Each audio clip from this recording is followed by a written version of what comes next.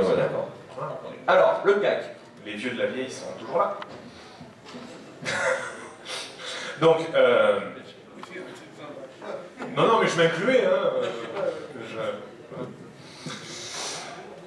Donc le CAC 40, moi j'ai une vision assez simple. Je pense en fait qu'on va rester encore dans ce range. C'est vrai que quand on regarde depuis le début de l'année, on a un range assez évident maintenant entre 4000 et 4006. Sachant qu'on passe quand même les 2 tiers du temps dans le tiers supérieur de ce range, entre 4003 et 4006, et que à ce jour, je ne vois pas vraiment ce qui pourrait nous permettre de nous extraire de cette zone. Alors, j'ai dans l'idée, mais là c'est presque un petit peu plus discrétionnaire que technique, pour voir un petit peu comment moi j'imagine la fin de l'année. Je pense qu'il ne va pas se passer grand-chose jusqu'aux élections américaines, à mon sens. On va rester toujours entre, disons, 4003 et 4006, ou 4630 si on veut être très précis, c'est le haut du gap qui a été ouvert en début d'année. J'ai l'impression que les élections américaines vont mettre un peu le bazar, parce que ça ne m'étonnerait pas que Trump soit élu. J'ai discuté avec pas mal d'amis qui étaient aux États-Unis, et je pense que c'est lui qui a une bonne chance peut-être d'être élu au final. Il y a beaucoup de gens qui disent qu'ils ne voteront pas Trump pour être politiquement correct, mais que dans l'urne, ils vont voter Trump. Et donc ça peut créer peut-être un peu d'agitation baissière dans un premier temps. J'imagine bien que Janet Yellen ne remonte pas ses taux également si le marché a un peu baissé. Donc tout ça risque peut-être de faire baisser un peu le CAC. Alors est-ce qu'on aura la possibilité de casser 4003 pour redescendre en direction des 4000 ? Il faudra voir au mois de novembre, mais j'ai plutôt quand même l'impression que la fin de l'année sera positive et qu'on aura la capacité de nouveau, alors si on descend à 4000, ça serait peut-être vraiment une opportunité d'achat, et qu'on finira l'année, disons, à peu près dans les niveaux actuels, c'est-à-dire entre 4003 et 4006. Mais je serais quand même très très étonné qu'on arrive à s'installer durablement au-dessus des 4630, disons, avant le 31 décembre. C'est un petit peu ma vision. Bon, il y a un petit peu de technique bien sûr, un peu d'analyse pour le coup discrétionnaire par rapport à ce qui va se passer, parce que je pense que je ne suis pas surpris que Janet Yellen ne monte pas assez tôt, parce qu'elle ne veut surtout pas être accusée d'avoir fait baisser les marchés américains. Je pense que c'est sa marque de fabrique. Donc ça l'arrangerait bien s'il y avait une bonne purge liée aux élections, ce ne serait pas de sa faute. Voilà. Donc voilà un petit peu mon sentiment, assez basique. Alors, excuse-moi de te remettre un peu dans les clous. J'ai pas trop compris, on fait quoi alors? Eh bien on fait quoi? Si on a l'opportunité vraiment de descendre à 4000, on achète. Alors là c'est plutôt une prévision moyenne. Si on a la chance que ça descend, ça casse 4000, 4003 et qu'on descend vers 4000... Ben là je pense qu'il faut acheter entre 4000 et 4100. Moi je pense qu'il y a une possibilité. Mais tu n'en es vraiment j'en pas suis sûr. pas. Alors si on casse 4003 de façon nette, j'en serais un peu plus convaincu. Pour l'instant, on est vraiment sur la ligne de démarcation. Et D'accord. je serais d'avis de chercher à vendre. Alors si on a acheté à alléger les positions des 4000, entre 4005 et 4006, et pourquoi pas réengager quelques petites positions de vente à découvert. Ça mange pas de pain entre 4500 disons et 4580 avec un stop à 4630, 35, 40 par là, pour viser à minima un retour vers les 4003. Voilà un petit peu l'idée stratégique. Mais tu disais, on casse 4003, on va à 4000. Oui, si on casse 4003, on pourrait réengager quelques positions de vente pour essayer de profiter de l'effet un peu de sur 4000 en direction des 4000, 4100. Après, on voit quelque chose ou pas? T'as une idée ou pas? Non. Pour l'instant, flou. D'accord. Je pense que de toute façon, après, c'est vrai que c'est les politiques des banques centrales qui font vraiment le marché. Donc si Mario Draghi, et je pense qu'il est un peu condamné à faire de nouveaux quantitative easing, donc on aura à un moment peut-être un peu plus de pression quand même acheteuse que vendeuse, avec des forces de rappel très fortes dans la zone de 3008-4000. Donc ça va pas être simple de casser cette zone. Pour casser cette zone, il faudrait vraiment un gros clash à Wall Street, et pour l'instant, il n'y a pas. Mais pour l'instant, on est plutôt une zone ici des 4650 qui un peu 4600, 4150, ouais. Pas 4007, 4008, c'est encore plus haut. C'est vrai que si on s'extrait de façon péremptoire des 4600, 630, s'il reste toujours possible, là effectivement on pourrait peut-être avoir une fin d'année assez haussière, mais pas super haussière. On montera certainement, probablement pas jusqu'à 5000. Si on s'arrête à 4008, ça sera déjà peut-être pas mal. D'accord. Mais c'est pas mon scénario central, j'ai pas l'impression qu'on puisse déborder. En tout cas, pas dans l'immédiat. Tu penses plutôt un repli, les replis, 4003, peut-être en casse 4003, on va le autour des élections américaines. Et là, j'ai l'impression qu'il va se passer quelque chose. Ça va se passer. Mais bon, c'est vrai qu'on manque de conviction parce que le marché est peu convaincant, quoi, hein. On n'a pas de choses sur lesquelles vraiment s'appuyer pour être hyper convaincu et avoir une prévision ou des stratégies vraiment de conviction. Voilà. Mais je pense que Jean-Louis doit partager ça un petit peu, hein, puisque c'est ce qu'il dit un peu sur BFM tous les jours. Non, mais c'est vrai, le marché manque de densité, mais je suis d'accord avec lui en plus. Hein, sur BFM, il dit toujours la même chose alors.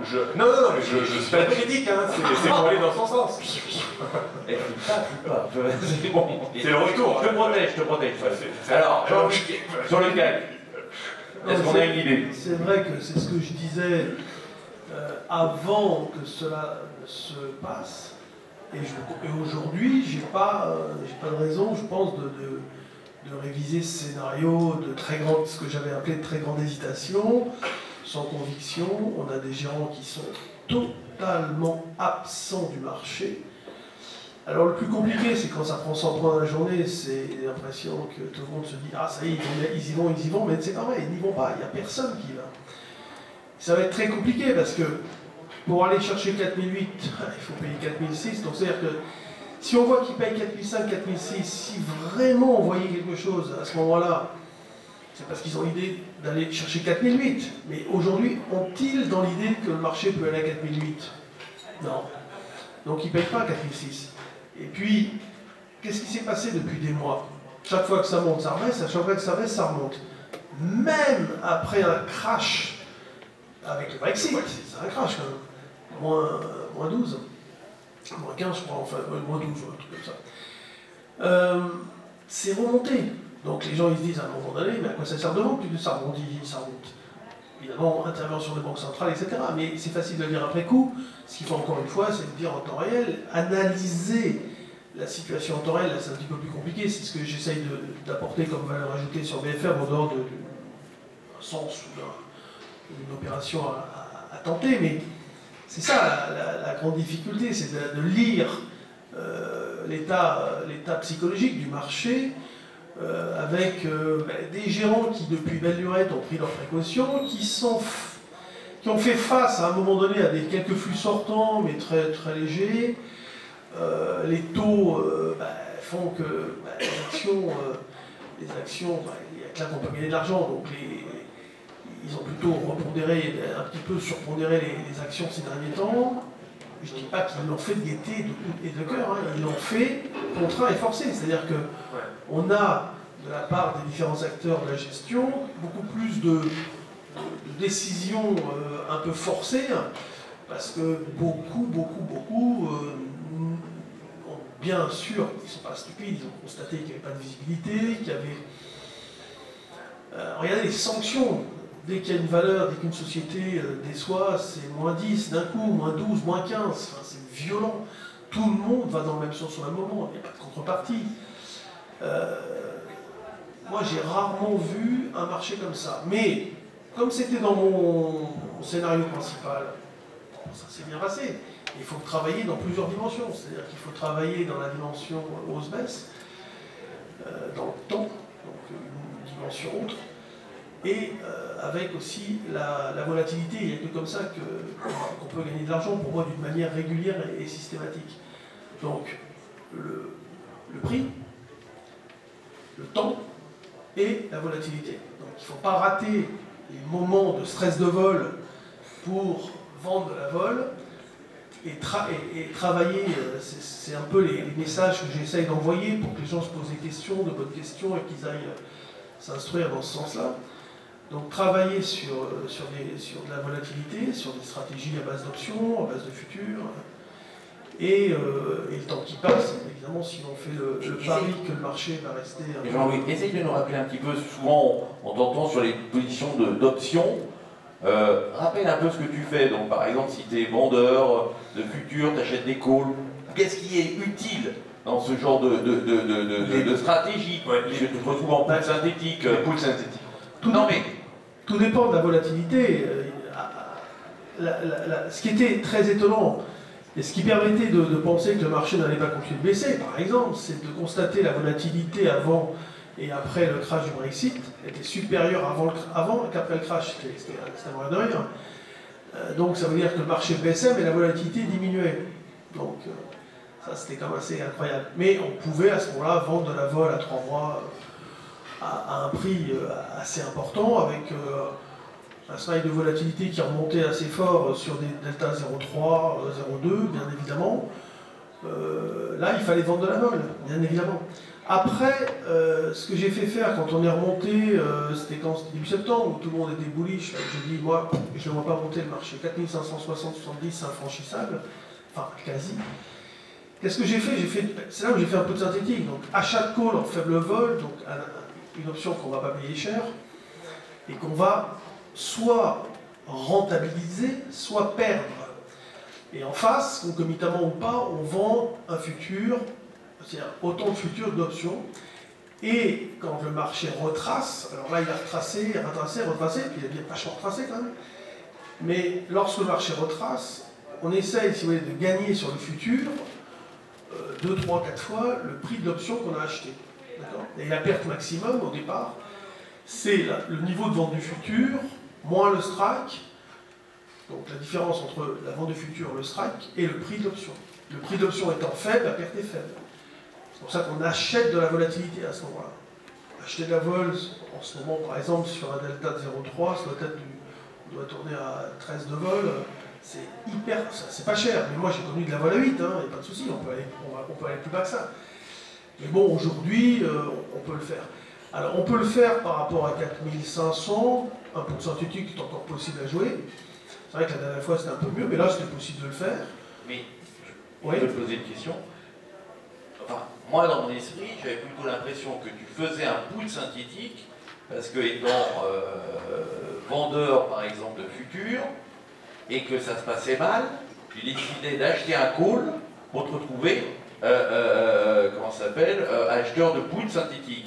Parce que si c'est pour directement te retrouver en acheteur de put, pourquoi, et acheteur de vol, pourquoi tu n'achètes pas directement? Alors, si tu te retrouves acheteur de put synthétique, pourquoi tu n'achètes pas directement un put? Plutôt que de monter une stratégie, un put synthétique, qui est utile que si on fait de l'arbitrage, ou après une position, si tu veux. C'est-à-dire, à ce moment-là, tu le fais en plusieurs étapes. Je pense que c'est parce que tu le fais en plusieurs étapes. Je ne sais pas si les gens ont la capacité de... Enfin, je ne sais pas, moi, les connaissances que vous avez, je ne les connais pas. Pourquoi je n'achète pas un put? Pour la même raison que je n'ai pas le market timing. Donc, le temps étant de l'argent, si j'achète le put, déjà, je vais acheter non pas une vol à 14, mais si à la monnaie elle est à 14 et sur un delta de 0,3 elle est à 12,5, sur le put avec un delta de 0,3, je vais acheter de la vol à 18, 19, 20. Donc déjà, je vais acheter de la vol beaucoup plus cher et je n'ai pas le market timing. Donc le θ quotidien va me coûter. Donc je ne vois pas pourquoi je vais acheter un put qui code de 9h à 17h30, alors que si j'achète un call avec une vol à 12 et concomitamment ou pas, je vends le futur, je peux faire des écarts jusqu'à 22h, dès 8h le matin, donc j'ai une plage de trading beaucoup plus large. Et c'est une question de mathématiques simples. Hein. C'est une voile vous achetez une voile à 12 ou une voile à 20, c'est pas du tout la même chose. Et puis de logique. Je n'ai pas de market timing. Moi je pense que le marché, quand je monte ce synthétique, qu'est-ce que je fais? Parfois j'achète le call avant. Un put synthétique, c'est pas une position vendeuse qui a mal tourné, hein, c'est pas ça. Pas du tout. Hein. On achète par exemple un call dans un marché qui se retourne, ou parce qu'on pense que ça va monter un peu, d'une manière assez laborieuse en règle générale, avec des retracements. Donc on se dit, tiens, on va acheter le call, le marché monte, il arrive sur un niveau de résistance important, et là on vend le futur. Okay. Cette position, on peut la laisser sécher si on veut. Après, quand on est comme moi derrière des écrans, en full time, carrément, quasiment, on va faire des choses. On a un sens, par exemple, acheteur en intraday, on essaie d'acheter sur des replis, etc. Donc moi, ce que je fais après dans l'intraday, c'est que je rachète mon futur sur des retracements, etc. Je le revends, je l'achète et je le revends. Et qu'est-ce que je fais en faisant ça? En fait, je rentabilise l'option. C'est-à-dire que je m'appuie sur l'option quand je vends. Je sais que je ne peux pas perdre plus que ce que j'ai mis au départ. Quand ça baisse, je gagne sur le futur. Donc je me retrouve acheteur du call. Et c'est logique dans le fait que la tendance est aussi à non affirmée. Donc quand le marché, quand je rachète mon futur, je suis acheteur de call. Quand je revends le futur, je suis acheteur d'input synthétique. Donc je passe de acheteur de put synthétique à acheteur de call, acheteur de put synthétique, acheteur de call, etc. C'est ce que je fais tout le temps. Ça, si vous voulez, on ne le fait pas parce qu'on décide de le faire. On le fait parce qu'on observe une situation sur un marché, une situation particulière au niveau du comportement et au niveau de des volatilités implicites. Une volatilité implicite, on va dire en dessous de 15, voilà, c'est historiquement faible. Au-dessus de 25, c'est historiquement fort. Après, quand on avait vendu avec le Brexit, on pouvait vendre du 40 de vol, hein, enfin 35 de vol, c'est fabuleux. Si vous voulez, la variation de volatilité sur le premium, ça nous fait multiplier par 2, 3, 4 le prix, c'est incroyable. Donc il y a un impact assez important. Et je pense qu'il faut que vous, c'est difficile de dire ça, mais perdiez l'idée, enfin pas perdre l'idée, mais oubliez un petit peu l'idée de gagner votre vie ou gagner de l'argent en bourse en achetant bas, en vendant haut, ou en vendant haut et en achetant bas. C'est pas comme ça qu'on gagne de l'argent. C'est pas en tradant en directionnel, c'est pas acheter à 2 et vendre à 12. C'est pas en vendant à 15 et en rachetant à 3. Bien sûr, si vous êtes très fort, vous le faites tout le temps, vous allez gagner, bravo. Mais dans la réalité, c'est pas comme ça que ça marche. Il faut travailler, si vous voulez, avec les outils qui sont mis à votre disposition. Si les marchés aujourd'hui ont des logiques que vous ne comprenez pas forcément, il y en a une.